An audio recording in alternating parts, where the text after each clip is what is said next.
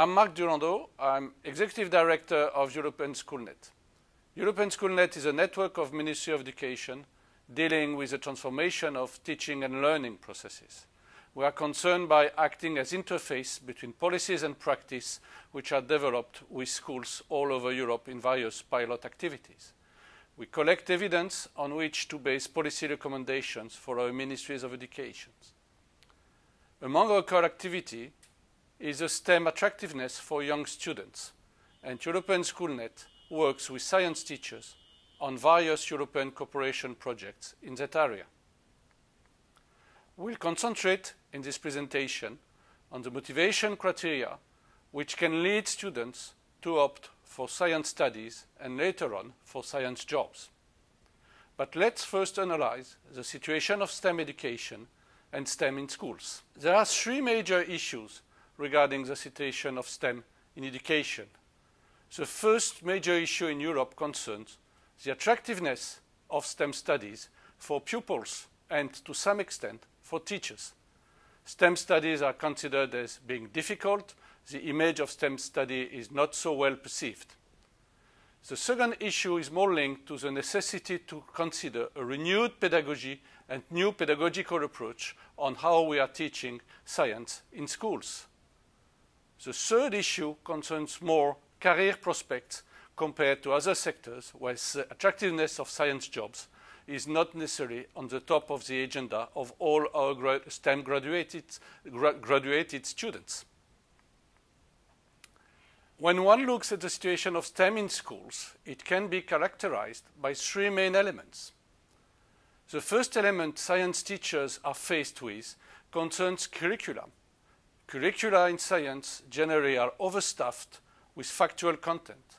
And one of the main problems is that more and more topics are piled on while very few are removed in the curriculum, which is not so much easy for the teacher to cope for completing the curriculum during the various science lessons. The second characteristic is more linked to pedagogy, where the way of teaching science is still text-based and is based on factual recall, and more exploratory learning modes, such as inquiry science-based education, should be investigated and more developed within the science class lessons. The third element concerns more the relevance of content for pupils. And the main questions that pupils may have is, what is the relevance of content to the pupil's life and future careers? Generally, pupils fail to see how STEM relates to society's current challenges, such as climate change or energy. Globally, in order to tackle the issue and trying to make science teaching more attractive, it is important to work with three key interrelated factors which have to be taken into account. The first one is, of course, to pay particular attention to teachers, and it is absolutely essential that we can have motivated and recognized teachers. In-service training of teachers are of key importance for helping science teachers, both at primary level but also at secondary level, in order to be more confident on how to teach science. Of course, there is no science teachers at primary level, but it is important that the primary level teachers can have more confidence on how he or she should teach science with his pupils. The second element is to provide teachers with new content, tools, and pedagogical approaches, such as access to new learning resources. Of course, teachers is an aging population in Europe, and more than 1/3 of teachers are more than 50 years old, and one has to look to the future teachers who will enter into the profession, which represent also a major challenge, first for the vocation, as there are quite a lot of shortages of STEM teachers in Europe, and certainly there are specific actions to be looked at in that specific area of initial teacher training. The second factor concerns more the innovative pedagogy and the creative curriculum. It is important to target the formal education systems and to embed any innovative actions that the science teachers may have within the curriculum. The second element concerns more the necessity to identify and promote examples of good practice with keeping in mind the necessity to find the transferability component of this practice so it can be shared with all the science teacher community. The third factor is more on the role and engagement of industry. The importance of role models has to be stressed, better information to teachers on what exists, on what industry offers, what type of practice from industry can be used in the science teachings is of key importance, and we also really have to pay particular attention to the important role of guidance counselors and guidance advisors, as they are the first entrance point for making STEM jobs more attractive for young pupils.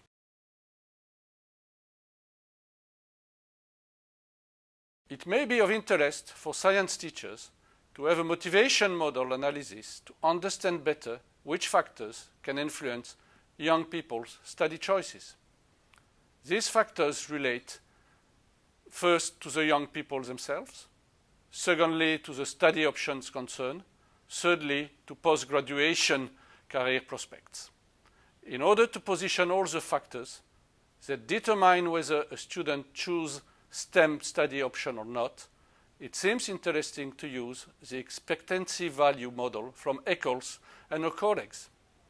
A more detailed presentation on the motivation factors is proposed in another module, and I will not go so much in detail on these various elements. If we look at the factors influencing young people's decision to study STEM, we have to look first at what constitutes the various motivation factors for a student. And the research tells us that we can identify 5 major factors. The first one is interest and pleasure in a subject or a study option. The second block is more the beliefs in one's ability and the expectations of success in a subject or study option. The higher young people estimate their chances and opportunities for success in a certain study option, the more likely it is that they will choose that option. The third block is more the identification block. If young people cannot identify in any way with the image they have of engineers or scientists or with the students in the corresponding course, which is also an important element, then they will also be less inclined to choose these study options. The next element of this motivation factor is utility. It does concern a subject or a study option which is assessed according to its usefulness for achieving certain objectives. Will it be job security, social status, being able to help others? Short-term objectives such as following the same course as a friend also offer utility value. The last block of these motivation factors at the level of the students are the relative costs. And this involves the negative implications that result from choosing a subject or a study option. It can effectively involve the financial costs, but more often concerns the efforts that the young person must take to succeed in the course. If the young person feels that the effort or cost involved is not in proportion to the values, then he or she will not choose it. The advantage of this model is that it is able to explain many study choice phenomena at both secondary and higher education levels. It can also explain the major difference between boys and girls with regard to their STEM study choices, since many of the factors that contribute to young people's motivation are subjective and motivated by an incomplete and cliched idea of study options and professions. The model also offers tools for influencing young people's motivation. A young person's choice is never entirely free because there are usually restrictions. There may be restrictions related to the access to a course. It could be the numerous clauses in certain disciplines. It could be the limited choice in a specific city. It could be that it may not be possible to follow the chosen study option at the selected education institution, or it could be that the student may not meet the conditions for enrolling in the course. It was also found that parents, and to a lesser extent others such as teachers, have considerable influence on the choice of the study option, not only in secondary education, but also in higher education. All these factors influencing young people's decision to STEM have to be taken into account regarding the difficulty we are facing for making science studies more attractive for young people.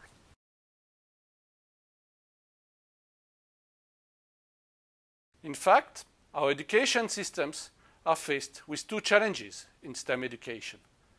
The first one concerns STEM achievement, and the PISA study provides us with relevant results. PISA reveals that the lack of self-confidence of pupils generates a sort of anxiety vis-à-vis mathematics.